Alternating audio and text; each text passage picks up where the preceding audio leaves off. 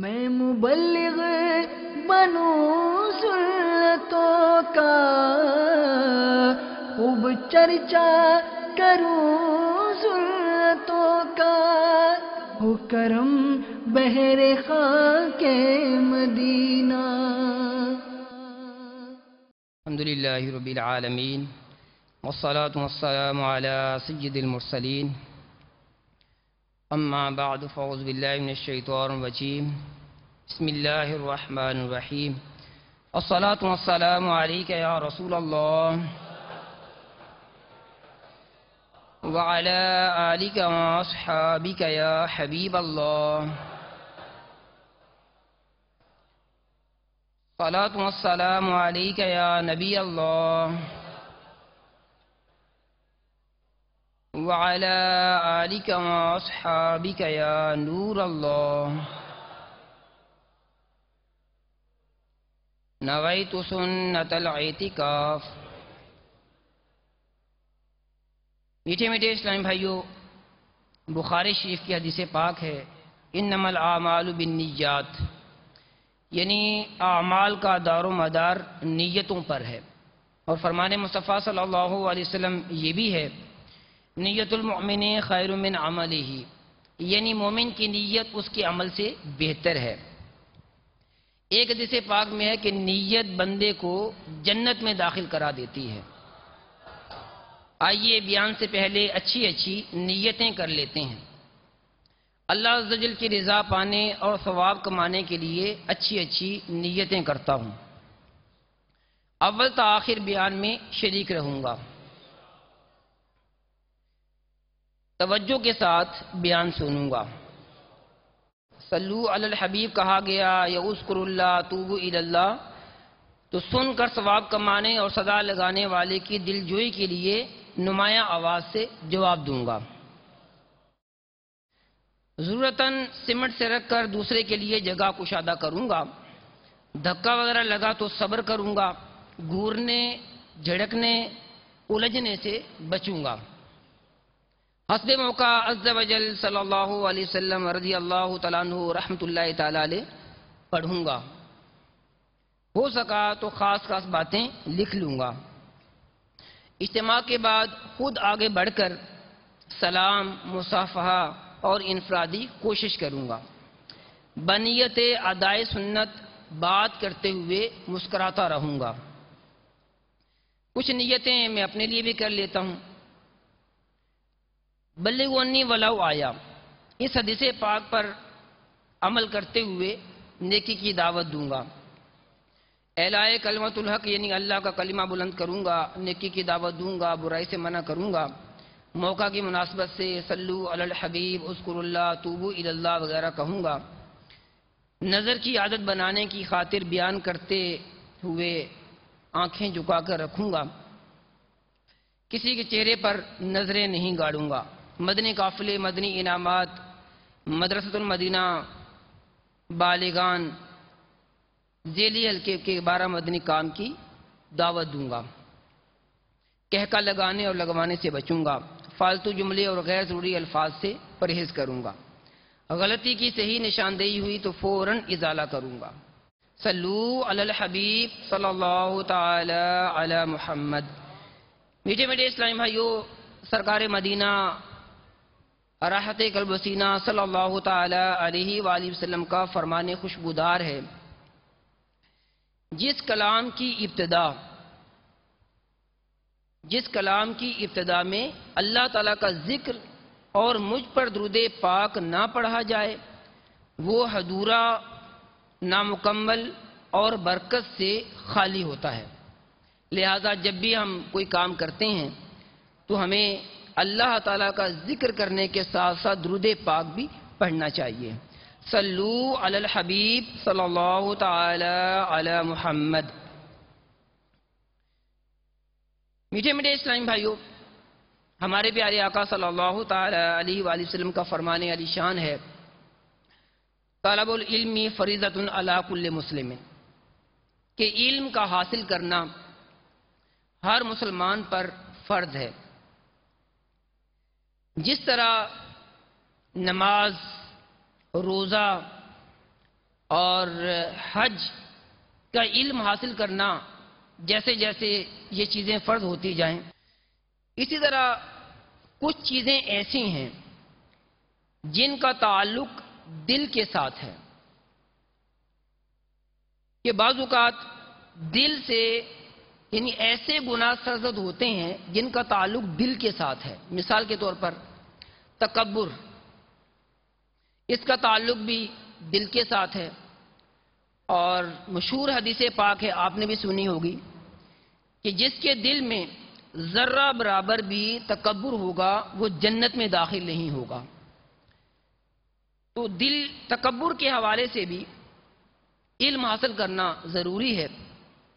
آئیے آج فرض علم کو حاصل کرنے کی کوشش کرتے ہیں. اللہ عز و جل نے حضرت سیدنا آدم صفی اللہ علیہ نبینا و علیہ الصلوۃ والسلام کی تخلیق یعنی پیدائش کے بعد تمام فرشتوں اور ابلیس یعنی شیطان کو حکم دیا کہ ان کو سجدہ کریں. تو تمام فرشتوں نے اللہ تعالی کی حکم کی تعمیل کی اور سجدے میں گر گئے. فرشتوں میں سے سب سے پہلے سجدہ کرنے والے حضرت سیدنا جبرائیل امین علیہ السلام تھے، پھر حضرت سیدنا میکائیل، پھر سیدنا اسرافیل اور پھر حضرت اسرائیل علیہ السلام، اور اس کے بعد دیگر مقرب فرشتوں نے سجدہ کیا. اس سجدے کا وقت کیا تھا؟ چنانچہ تفسیر خزائن العرفان میں ہے کہ یہ سجدہ جمعہ کے روز وقت زوال سے عصر تک کیا گیا، مگر ایک نے سجدہ نہیں کیا اور وہ تھا ابلیس. اور علماء فرماتے ہیں سورہ بقرہ کی آیت نمبر 34 کے اندر بھی بتایا گیا کہ سجدہ نہ کرنے کی وجہ تکبر تھا. جب رب اعلیٰ عز و جل نے ابلیس سے اس کے انکار کا سبب دریافت کیا تو اکڑ کر کہنے لگا انا خیر منہ خلقتنی من نار وخلقتہ من طین. ترجمہ کنز الایمان، میں اس سے بہتر ہوں کہ تو نے مجھے آگ سے بنایا اور اسے مٹی سے پیدا کیا ہے. اس سے ابلیس کی فاسد مراد یہ تھی کہ حضرت آدم علیہ السلام آگ سے پیدا کیے جاتے اور میرے برابر بھی ہوتے. جب بھی میں انہیں سجدہ نہ کرتا چاہے جائے کہ ان سے بہتر ہو کر ان کو سجدہ کروں، معاذ اللہ عز و جل. ابلیس کی سرکشی، نافرمانی اور تکبر پر اس کی حسین صورت ختم ہو گئی اور وہ بد شکل روح سیاہ ہو گیا، اس کی نورانیت سلب کر لی گئی. اللہ رب العالمین نے اسے ہمیشہ کے لیے اپنی رحمت سے دور کر دیا. میٹھے میٹھے اسلام بھائیوں، ملاحظہ فرمایا آپ نے کس طرح تکبر کے باعث ابلیس یعنی شیطان اپنے ایمان سے ہاتھ دھو بیٹھا. ابلیس کا نام جو ہے وہ عزازیل ہے. ابتدائی سے وہ سرکش و نافرمان نہیں تھا، بلکہ اس نے ہزاروں سال عبادت کی، حتیٰ کہ جنت کا خازنچی بھی رہا، خازن رہا. اور حقیقت میں وہ جن تھا، مگر اتنی عبادت کی، اتنی ریاضت کی اور اسے اتنا علم حاصل تھا کہ معلم الملکوت یعنی فرشتوں کا استاد بن گیا. اور وہ اس قدر مقرب تھا کہ بارگاہ خداوندی میں ملائکہ کے پہلو بے پہلو حاضر ہوتا تھا. مگر میٹھے میٹھے اسلامی بھائیوں، چند گھڑیوں کے تکبر نے اسے کہیں کا نہ چھوڑا. حکم الہی عز و جل کی نافرمانی کی وجہ سے اس کی برسوں کی عبادتیں بیکار اور ہزاروں سال کی ریاستیں پامال ہو گئیں. ذلت و رسوائی اس کا مقدر بنی اور ہمیشہ ہمیشہ کے لیے لعنت کا طوق اس کے گلے میں پڑ گیا اور وہ جہنم کے دائمی یعنی ہمیشہ ہمیشہ کے عذاب کا مستحق ٹھہرا. منقول ہے کہ جب ابلیس کے مردود ہونے کا واقعہ ہوا تو حضرت سیدنا جبرائیل علیہ السلام اور حضرت سیدنا میکائیل علیہ السلام رونے لگے تو رب تعالیٰ نے دریافت کیا، حالانکہ رب تعالیٰ جانتا ہے، پوچھا تم کیوں روتے ہو؟ انہوں نے عرض کی اے میرے رب عز و جل، ہم تیری خفیہ تدبیر سے بے خوف نہیں ہیں۔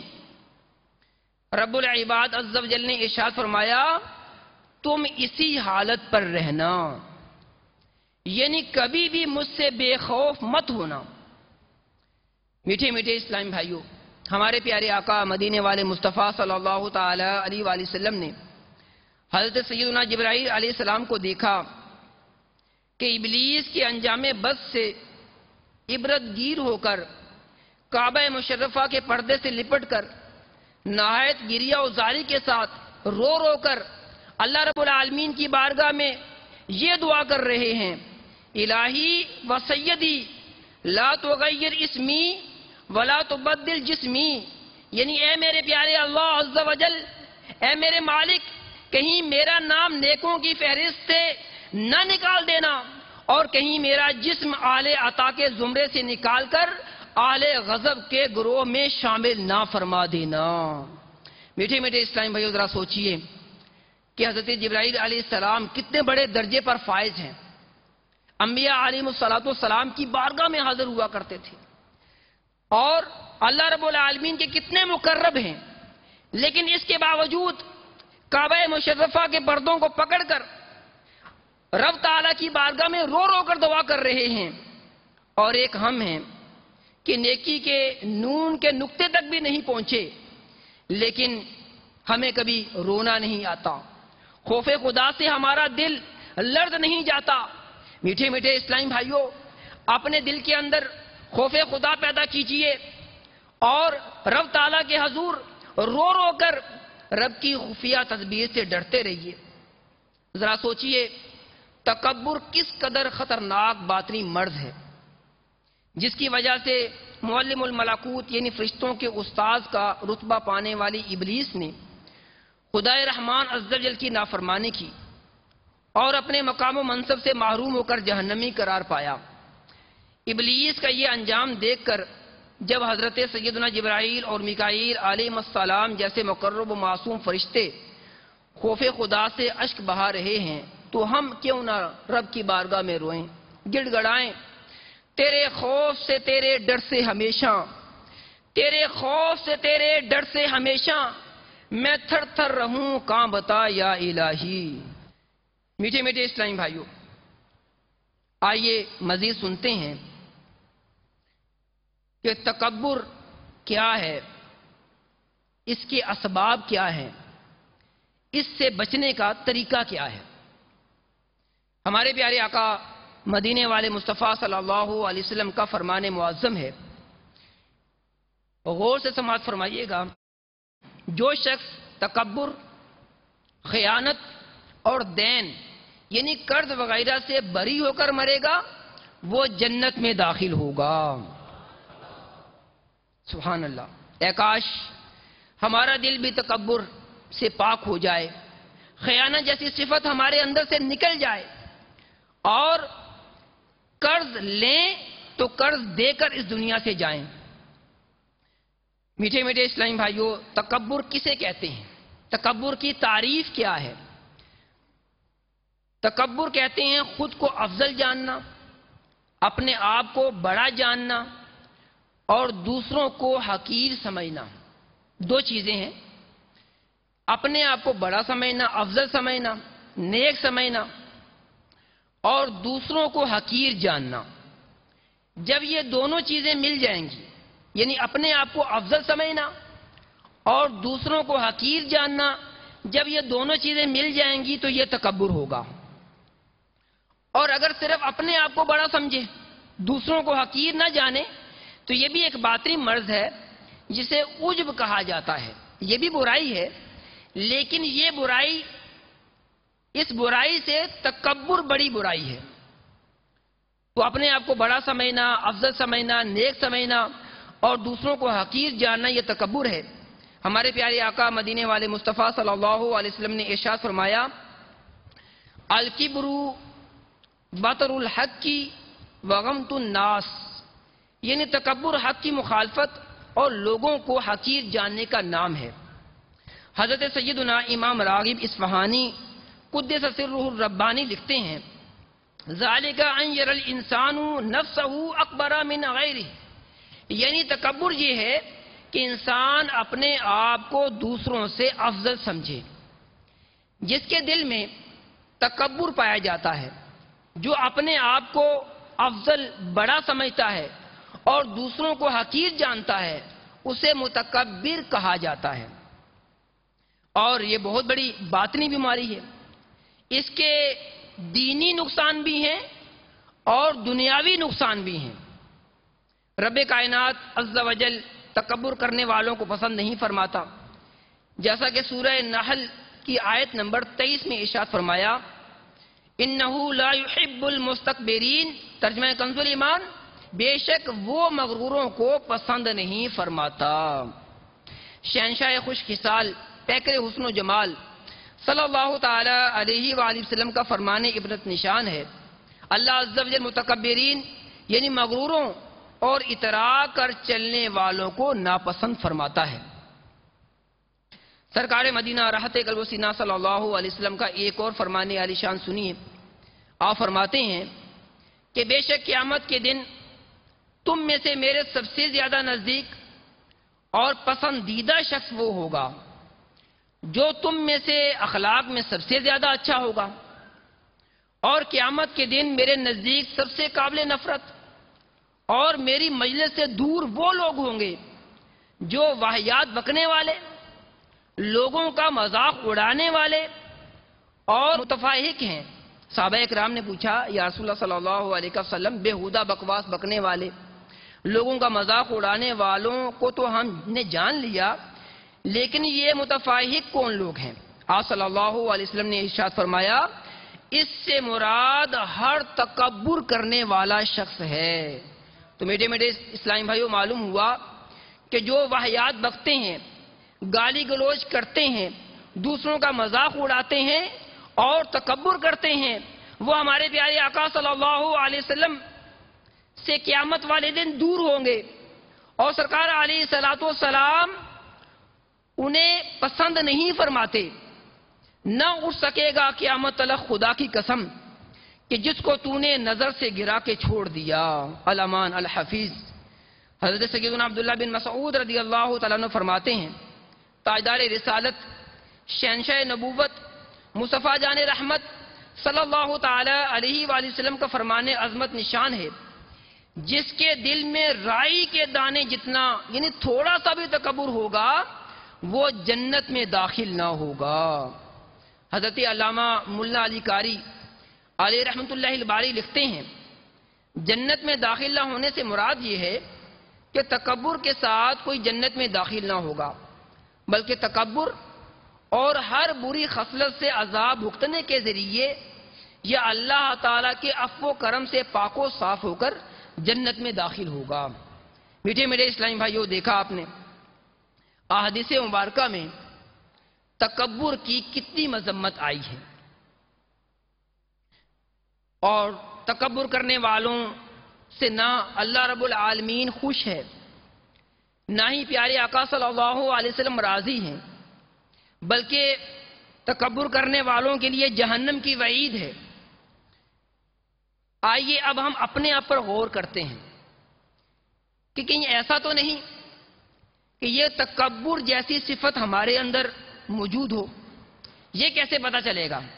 آئیے میں تکبر کی چند علامات ذکر کرتا ہوں کہ اگر یہ علامت کسی کے اندر ہو تو وہ ڈر جائے اور سمجھ جائے کہ میرے اندر تکبر موجود ہے۔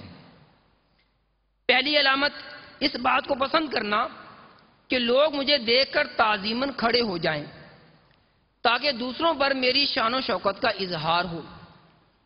دوسری علامت یہ چاہنا کہ لوگ میری تعظیم کی خاطر میرے سامنے باادب کھڑے رہیں تاکہ لوگوں میں میرا مقام و مرتبہ ظاہر ہو۔ تیسری علامت کہیں آتے جاتے وقت یہ خواہش رکھنا کہ میرا کوئی شاگرد یا مرید یا عقیدت مند یا کوئی رفیق ساتھی برابر یا پیچھے پیچھے چلے تاکہ لوگ مجھے معزز سمجھیں۔ تو میٹھے میٹھے اسلامی بھائیو، ذرا غور کیجئے کہ یہ علامات کہیں ہمارے اندر تو نہیں۔ تکبر کا علاج بھی سن لیجئے۔ ہم اس طرح اپنا محاسبہ کریں، فکر مدینہ کریں کہ کل جب حشر بپا ہوگا، ہر ایک اپنے کیے کا حساب دے گا، تو مجھے بھی اپنے رب عز و جل کی بارگاہ میں اپنے اعمال کا حساب دینا پڑے گا۔ اس وقت میں انتہائی عجز، ذلت اور پستی کی جگہ پر ہوں گا۔ اگر میرا رب مجھ سے ناراض ہوا تو میرا کیا بنے گا؟ اگر تکبر کے سبب مجھے جہنم میں پھینک دیا گیا تو وہ ہولناک عذاب کیوں کر برداشت کر پاؤں گا؟ اس طرح تصور میں عذاب کو یاد کرے۔ انشاءاللہ عز و جل اس طرح تصور کرنے سے انکساری و عاجزی پیدا ہوگی۔ ان تمام باتوں کو سوچ کر انشاءاللہ عز و جل تکبر دور ہوگا اور بندہ خود کو رب تعالیٰ کا حقیر و عاجز بندہ خیال کرے گا۔ تو پہلا علاج یہ ہے کہ ہم فکر مدینہ کریں، اپنا محاسبہ کریں، بارگاہ الہی عز و جل میں حاضری کو یاد کریں۔ دوسری بات کہ ہم رب تعالیٰ کی بارگاہ میں دعا کریں۔ تکبر سے نجات پانے کے لیے مومن کا ہتھیار یعنی دعا کو استعمال کیجئے اور بارگاہ الہی عز و جل میں کچھ اس طرح دعا مانگیے: یا اللہ عز و جل، میں نیک بننا چاہتا ہوں، اے میرے پروردگار تکبر سے میری جان چھڑا دے۔ یا اللہ عز و جل، نفس و شیطان نے مجھے دبا رکھا ہے، اے میرے مالک مجھے ان کے مقابلے میں کامیابی عطا فرما، مجھے نیک بنا دے، عاجزی کا پیکر بنا دے، گناہوں کی عادت چھڑا یا الہی، مجھے نیک انسان بنا یا الہی۔ مزید جب جب موقع ملے ہم یہ دعا کرتے رہیں کہ ایک مرتبہ ایک شیخ الحدیث سے ملاقات ہوئی، تکبر کے حوالے سے بات چلی اور ان سے پوچھا گیا کہ تکبر سے بچنے کی کیا سبیل ہے، کیا طریقہ ہے؟ تو انہوں نے کہا کہ تکبر سے وہی بچتا ہے جس کو اللہ تعالیٰ بچا لے، اور تکبر سے بچنے کا ایک طریقہ یہ بھی ہے کہ بندہ اللہ رب العالمین کی بارگاہ میں عاجزی و انکساری کرتے ہوئے رب تعالیٰ سے تکبر سے بچنے کی دعا کرے۔ تو اگر انشاءاللہ عز و جل ہم دعا کرتے رہیں گے تو رب تعالیٰ عز و جل ہمارے دل کو بھی تکبر سے پاک فرما دے گا۔ تیسرا علاج، تکبر سے بچنے کے لیے اپنے عیبوں پر نظر رکھنا بہت مفید ہے، نیز عیوب و نقائص کی پہچان کے لیے اپنی عادات و اطوار کو تقوی کی چھلنی سے گزارنا بہت معاون ہے۔ ہمارے پیارے آقا صلی اللہ تعالی علیہ وآلہ وسلم کا فرمان باکمال ہے کہ عن قریب میری امت کو پچھلی امتوں کی بیماری لاحق ہوگی۔ صحابہ اکرام علیہم رضوان نے عرض کی، پچھلی امتوں کی بیماری کیا ہے؟ تو ہمارے پیارے آقا صلی اللہ تعالی علیہ وآلہ وسلم نے ارشاد فرمایا، نمبر 1 تکبر کرنا، نمبر 2 اترانا، نمبر 3 کثرت سے مال جمع کرنا، نمبر 4 دنیا میں ایک دوسرے پر سبقت لے جانا، نمبر 5 آپس میں بغض و حسد رکھنا، نمبر 6 بخل کرنا، نمبر 7 فتنہ و فساد کرنا۔ تو یہ پیارے آقا صلی اللہ تعالی علیہ وآلہ وسلم نے پچھلی امتوں کی بیماریوں کا ذکر کیا تھا۔ تو جب ہم اپنے عیوب کو دیکھیں گے، اپنے نقائص کو دیکھیں گے، اپنے عیبوں کو دیکھیں گے، تو یہ سوچ کر اپنے عیبوں کو درست کرنے کا جذبہ ہمارے اندر پیدا ہوگا۔ تو اپنے عیوب پر نظر رکھنی چاہیے۔ امیر اہل سنت بانی دعوت اسلامی حضرت علامہ مولانا ابو بلال محمد الیاس عطار قادری رضوی ضیائی دامت برکاتہم العالیہ مدنی مذاکرے کے اندر مختلف مدنی پھول عطا فرماتے ہیں، جن سے نہ صرف کئی دنیا کے مسئلے حل ہوتے ہیں، بلکہ کئی قلبی امراض کا علاج ہو جاتا ہے۔ ایک مرتبہ امیر اہل سنت نے ارشاد فرمایا، جس کا خلاصہ ہے کہ جب کسی کے عیب پر نظر پڑے تو آپ نے ارشاد فرمایا کہ جب کسی پر انگلی اٹھائی جائے تو زیادہ انگلیاں اپنی طرف ہوتی ہیں، کہ ہم کسی کا عیب دیکھ رہے ہیں تو پہلے ہمیں اپنے اندر بار بار غور کرنا چاہیے کہ یہ عیب میرے اندر تو نہیں، یا میرے اندر کون کون سے عیب ہیں۔ جب آدمی اپنے عیبوں کو دیکھ رہا ہوگا تو انشاءاللہ دوسروں پر انگلی نہیں اٹھائے گا، دوسروں کے عیوب نہیں بیان کرے گا۔ اس طرح امیر اہل سنت نے دل کا ایک علاج بتا دیا۔ چوتھا کہ جو تکبر کے نقصانات ہیں ان کو پیش نظر رکھے۔ مہلکات کا یعنی ہلاک کرنے والے اعمال کا ایک علاج یہ بھی ہے کہ جب کسی مہلک کے درپیش ہونے کا اندیشہ ہو تو اس کے نقصانات اور عذابات پر خوب غور کرے، تاکہ اپنے اندر اس ہلاک کرنے والے عمل سے بچنے کا جذبہ پیدا ہو۔ مثال کے طور پر تکبر کے جو نقصانات ہم نے سنے وہ اپنے ذہن میں لائیں کہ تکبر کرنے والے کا یہ بھی نقصان ہے، یہ بھی نقصان ہے، یہ بھی نقصان ہے۔ تو بار بار جب تکبر کے نقصانات کو پیش نظر رکھیں گے تو ہمارے دل سے تکبر نکلتا چلا جائے گا۔ پانچواں علاج، عاجزی اختیار کی جائے۔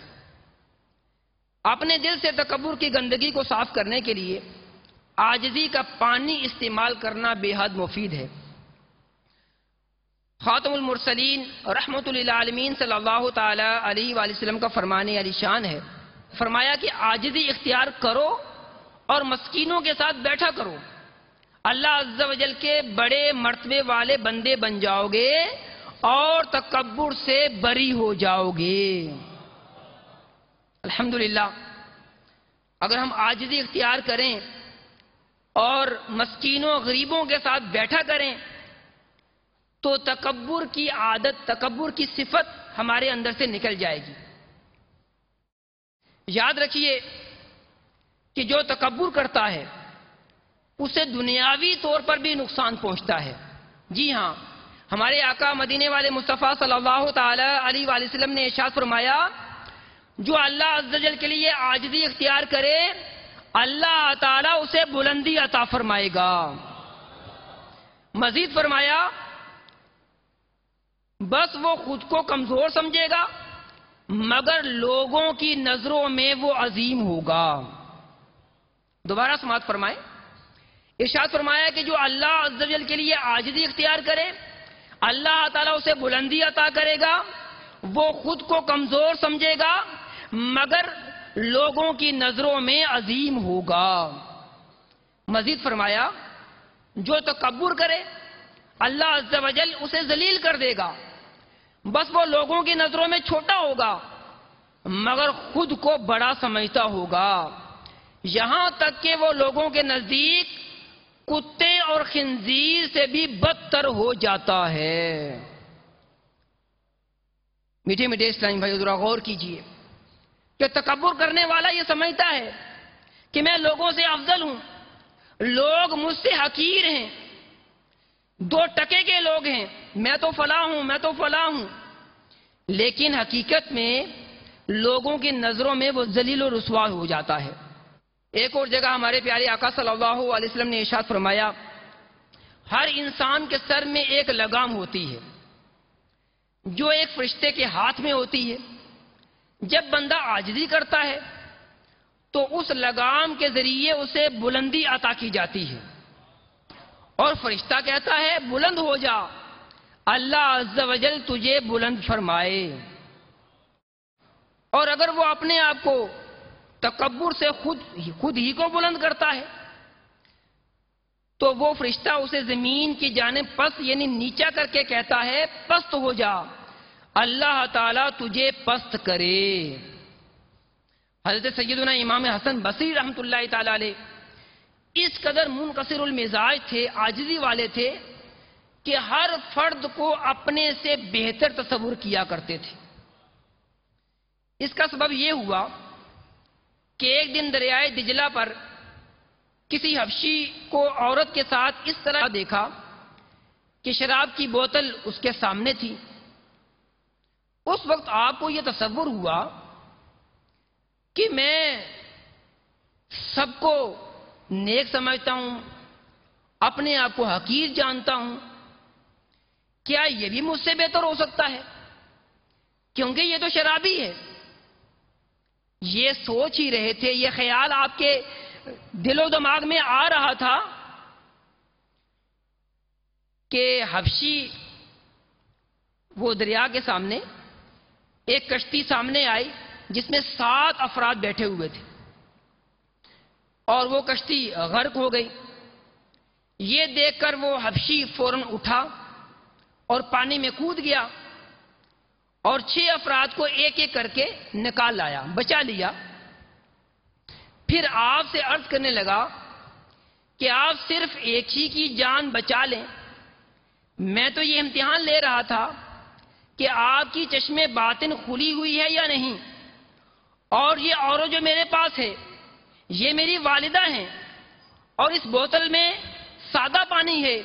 یہ سنتے ہی آپ اس یقین کے ساتھ کہ یہ تو کوئی غیبی شخص ہے اس کے قدموں پر گر پڑے اور حبشی سے کہا کہ جس طرح تو نے 6 افراد کی جان بچائی اس طرح تکبر سے میری جان بھی بچا دے۔ اس نے دعا کی اللہ تعالیٰ آپ کو نور بصیرت عطا فرمائے، یعنی غرور و تکبر کو دور کر دے۔ چنانچہ ایسا ہی ہوا۔ اس کے بعد آپ اپنے آپ کو کبھی بہتر تصور نہیں کرتے تھے۔ بیٹے میرے اسلام بھائیو، حضرت سیدنا امام حسن بصری رحمۃ اللہ تعالی علیہ یہ معمولی شخصیت نہیں ہے۔ یہ حضرت امام حسن بصری رحمۃ اللہ تعالی علیہ وہ عظیم ہستی ہیں جنہوں نے امیر المومنین مولا علی مشکل کشا رضی اللہ تعالیٰ عنہ سے خرقہ خلافت حاصل کیا ہے۔ اتنے بڑے ولی اللہ کہ جن کا نام نامی اسم گرامی آتا ہے، ادب سے ہماری آنکھیں جھک جاتی ہیں اور زبان پر رحمت اللہ تعالی علیہ جاری ہو جاتا ہے۔ ان کا واقعہ ہمارے لیے کتنا عبرت کا باعث ہے کہ ہم اپنے آپ نہ جانے دن میں ہم کتنے لوگوں کو حقیر سمجھتے ہیں کہ یہ بھی مجھ سے افضل ہے، یہ بھی مجھ سے افضل ہے، بلکہ ہم تو کئی لوگوں سے اپنے آپ کو افضل سمجھتے ہیں اور دوسروں کو حقیر جانتے ہیں۔ حضرت سیدنا حسن رضی اللہ تعالیٰ عنہ فرماتے ہیں عاجزی کی تعریف کرتے ہوئے، اب یہ بھی بعض اوقات خیال آتا ہے کہ نہیں تکبر تمہارے اندر نہیں ہے، تیرے دل میں تو بڑی عاجزی ہے، ان کو ساری ہے، تو بڑی عاجزی والا ہے۔ تو آئیے آپ دیکھتے ہیں کہ عاجزی بھی ہمارے دل میں ہے یا نہیں ہے۔ حضرت حسن رضی اللہ تعالیٰ عنہ فرماتے ہیں جب تم اپنے گھر سے نکلو تو جس مسلمان سے بھی ملو اسے اپنے آپ سے افضل جانو۔ امیر اہل سنت کا ایک شعر واقعی اپنے اندر بہت زیادہ مدنی پھول رکھتا ہے۔ آپ فرماتے ہیں میں سب سے برا ہوں نگاہ کرم ہو، میں سب سے برا ہوں نگاہ کرم ہو، مگر آپ کا ہوں نگاہ کرم ہو۔ امیر اہل سنت عاجزی و انکساری کر رہے ہیں اور ہمیں سمجھا رہے ہیں کہ جب میں اپنے آپ کو سب سے برا سمجھتا ہوں تو تم کیا ہو؟ تو میٹھے میٹھے اسلام بھائیو، واقعی جو اسلاف ہیں، ہمارے بزرگ ہیں، وہ ہمارے دلوں کا علاج کرتے ہیں اور اس شہر کے اندر بھی ہمارا علاج ہو رہا ہے، استغاثہ فرما رہے ہیں، لیکن در حقیقت ہمارا علاج کر رہے ہیں۔ میں سب سے برا ہوں نگاہ کرم ہو، مگر آپ کا ہوں نگاہ کرم ہو۔ چھٹا علاج اور بڑا آسان علاج ہے، سلام میں پہل کی جائے۔ ہر مسلمان امیر ہو، غریب ہو، بڑا ہو، چھوٹا ہو، سب سے سلام میں پہل کرنی چاہیے۔ ہمارے مدنی آقا صلی اللہ علیہ وسلم تو بچوں کو بھی سلام کرنے میں پہل فرمایا کرتے تھے۔ حضرت سیدنا انس رضی اللہ تعالیٰ عنہ لڑکے تھے، بچے تھے، آپ چند لڑکوں کے پاس سے گزرے تو ان کو سلام کیا، تو اپنا واقعہ سنایا کہ جب میں بچہ تھا تو نبی علیہ الصلوۃ والسلام ہمیں سلام کیا کرتے تھے۔ میٹھے میٹھے اسلام میں بھی دیکھا آپ نے کہ ہمارے پیارے آقا صلی اللہ علیہ وسلم بچوں کو بھی سلام کیا کرتے تھے، اور سلام کرنے کا ایک فائدہ یہ بھی ہے کہ تکبر کا علاج ہوتا ہے، کیونکہ حضرت سیدنا عبداللہ رضی اللہ تعالیٰ عنہ روایت کرتے ہیں، نبی کریم رؤوف الرحیم صلی اللہ علیہ وسلم نے ارشاد فرمایا، پہلے سلام کرنے والا تکبر سے بری ہے۔ نور کے پیکر تمام نبیوں کے سرور صلی اللہ تعالی علیہ وآلہ وسلم کی بارگاہ میں عرض کی گئی، یا رسول اللہ صلی اللہ علیہ وسلم، جب دو شخص ملاقات کریں تو پہلے کون سلام کرے؟ ارشاد فرمایا، پہلے سلام کرنے والا اللہ عز و جل کے زیادہ قریب ہوتا ہے۔ حضرت سیدنا سید ایوب علی رحمۃ اللہ تعالی علیہ بہت بڑے عاشق رسول گزرے ہیں، اور اعلیٰ حضرت رحمۃ اللہ تعالی علیہ کی خدمت کرنے کا ان کو بہت موقع ملا ہے۔ ان کا مزار شریف مرکز الاولیاء لاہور کے میانی کے قبرستان میں موجود ہے، اور الحمدللہ عز و جل ان کے خاندان کے کئی افراد جو ہیں وہ ہمارے امیر اہل سنت سے مرید ہیں۔ آپ کا بیان ہے، کوئی بوالی سے میری طلبی فرمائی جاتی ہے، یعنی اعلیٰ حضرت نے یاد فرمایا، میں بہمرائی شہزادہ اصغر یعنی مفتی اعظم ہند حضرت مولانا مولوی شاہ محمد مصطفیٰ رضا خان صاحب مدد اللہ الاقدس بعد مغرب وہاں پہنچتا ہوں۔ شہزادہ ممدوح یعنی جس کی تعریف کی گئی اندر مکان میں جاتے ہوئے یہ فرماتے ہیں، ابھی حضور کو یعنی اعلیٰ حضرت کو آپ کے آنے کی اطلاع کرتا ہوں، مگر باوجود اس آگاہی کے کہ حضور یعنی اعلیٰ حضرت تشریف لانے والے ہیں، تقدیم سلام سرکار سلام میں پہل اعلیٰ حضرت ہی فرماتے ہیں۔ اس وقت دیکھتا ہوں کہ حضور بالکل میرے سامنے جلوہ فرما ہے، یعنی سیدی اعلیٰ حضرت رحمۃ اللہ تعالی علیہ جیسے ہی جو ہے وہ تشریف لائے تو آپ نے پہلے سلام فرمایا، جبکہ حضرت مولانا سید ایوب علی رحمۃ اللہ تعالی علیہ آپ کے مرید تھے، اور امیر اہل سنت کی بھی یہ عادت کریمہ ہے کہ جب کوئی امیر اہل سنت کی خدمت میں حاضر ہوتا ہے تو امیر اہل سنت یہ انتظار نہیں کرتے کہ آنے والا مجھے سلام کرے، فوراً کہہ دیتے ہیں السلام علیکم ورحمۃ اللہ وبرکاتہ۔ الحمدللہ ہمارے امیر اہل سنت عاشق اعلیٰ حضرت ہیں۔ ساتواں علاج، اپنا سامان خود اٹھائیے۔ پیارے آقا صلی اللہ علیہ وسلم ارشاد فرماتے ہیں کہ جس نے اپنا سامان خود اٹھا لیا وہ تکبر سے آزاد ہو گیا۔ آٹھواں علاج، تکبر سے نجات دلانے والے اعمال اختیار کرے۔ چنانچہ پیارے آقا صلی اللہ علیہ وسلم فرماتے ہیں، اون کا لباس پہننا، مومن فقراء کی صحبت میں بیٹھنا، دراز گوش یعنی کھوتے پر سواری کرنا، بکری کو رسی سے باندھ دینا، تکبر سے برات یعنی چھٹکارے کے اسباب ہیں۔ نواں علاج، صدقہ دیجیے۔ ہمارے پیارے آقا صلی اللہ علیہ وسلم فرماتے ہیں کہ مسلمان کا صدقہ عمر میں زیادتی کا سبب ہے اور بری موت سے بچاتا ہے، اور اللہ تعالیٰ اس کی وجہ سے تکبر و فخر کو دور فرما دیتا ہے۔ تو معلوم ہوا کہ ہمیں صدقہ و خیرات کرنی چاہیے کہ صدقہ و خیرات کرنے سے جہاں عمر بڑھتی ہے، بری موت سے آدمی بچتا ہے، وہاں پر اللہ رب العالمین تکبر کو بھی دور فرما دیتا ہے۔ نمبر 11، اپنی غلطی مان لیجئے۔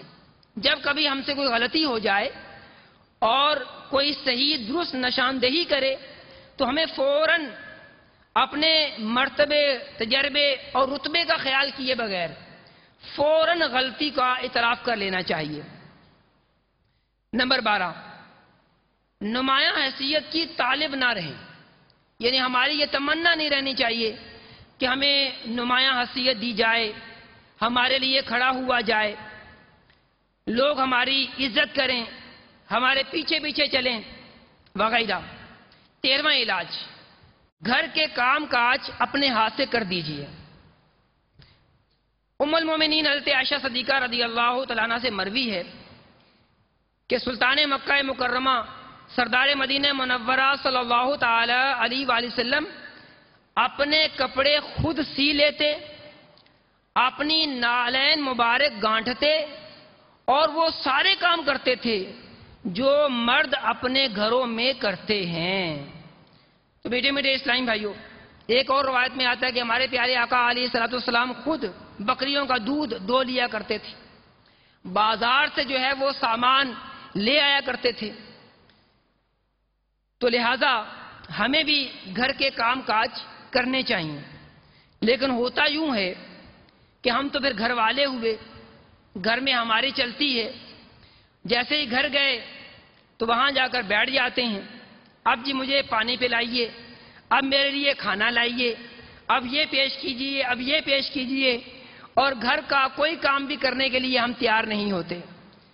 اگر شوہر ہے تو وہ گھر والی سے، اور اگر بھائی ہے تو اپنی بہنوں سے کام لے رہا ہوتا ہے۔ اے کاش سنت مصطفیٰ صلی اللہ علیہ وسلم ہمارے پیش نظر ہو اور گھر کے کام کاج بھی ہم خود اپنے ہاتھ سے کرنے کی کوشش کریں۔ انشاءاللہ عز و جل اس کے جہاں دیگر فوائد حاصل ہوں گے، گھر والوں کے ساتھ ہمارے تعلقات بہتر ہوں گے، ہمارا گھر امن کا گہوارہ بنے گا، وہاں یہ بھی فائدہ ہوگا کہ ہمارے دل میں اگر تکبر ہوا تو وہ بھی انشاءاللہ عز و جل دور ہو جائے گا۔ اللہ رب العالمین ہم سب کو تکبر سے نجات عطا فرمائے۔ میٹھے میٹھے اسلامی بھائیوں، اگر ہم چاہتے ہیں کہ ہمارے دل سے تکبر نکل جائے، دیگر حسد ہے، کینہ ہے، بغض ہے، نہ جانے اور کیا کیا امراض قلبی ہیں جو ہمارے دل کے اندر موجود ہیں، اگر ہم اپنا دل کا علاج چاہتے ہیں تو پھر ہمیں دعوت اسلامی کے مدنی ماحول سے وابستہ ہو جانا چاہیے۔ انشاءاللہ عز و جل دعوت اسلامی کے مدنی ماحول سے وابستہ ہو جائیں گے، ہمارے دل سے آہستہ آہستہ ساری برائیاں نکلتی چلی جائیں گی۔ مدنی انعامات کا رسالہ لے لیجئے، روزانہ فکر مدینہ کیجئے اور مدنی انعامات کو بڑھانے کی جستجو کرتے رہیے۔ انشاءاللہ عز و جل جو مدنی انعامات کا عامل ہوگا وہ اللہ کی رحمت سے تکبر کی صفت سے بری ہوگا۔ اور مزید پریکٹیکل علاج یہ بھی ہے کہ ہم مدنی قافلوں میں سفر کریں۔ مدنی قافلے میں سفر کرنے سے کافی علاج ہو جاتا ہے، کیونکہ کھانا بھی اپنے ہاتھ سے بنانا پڑتا ہے، مسجد شریف کی صفائی بھی کرنا پڑتی ہے۔ امیر قافلہ کبھی ہماری یہ ذمہ داری لگا دیتے ہیں کہ بھئی آج آپ نے یہ دیکھنا ہے کہ کوئی پنکھا، کوئی لائٹ، کوئی صف جو ہے وہ اگر ٹیڑھی ہے تو اسے درست کرنا یہ تمہاری ذمہ داری ہے۔ پھر ہماری ذمہ داری یہ بھی لگ سکتی ہے کھانا آج آپ نے بنانا ہے، دسترخوان آپ نے سمیٹنا ہے، اور مزید ہماری ذمہ داری لگ سکتی ہے کہ اب جناب مسجد کی صفائی بھی آپ نے کرنی ہے۔ تو انشاءاللہ عز و جل مدنی قافلے میں سفر کرتے رہیں گے، اسلامی بھائیوں کی خدمت کا جذبہ ہمارے اندر پیدا ہوتا چلا جائے گا، تو دل کی ساری بیماریاں انشاءاللہ رب کی رحمت سے دور ہوتی چلی جائیں گی۔ اللہ رب العالمین ہم سب کو مدنی انعامات کا عامل بنائے اور مدنی قافلوں کا مسافر بنائے، آمین بجاہ النبی الامین صلی اللہ تعالی علیہ وآلہ وسلم۔ صلو علی الحبیب صلی اللہ تعالی علی محمد۔ میں مبلغ بنوں سنتوں کا، خوب چرچا کروں سنتوں کا، ہو کرم بہر خاک مدینہ۔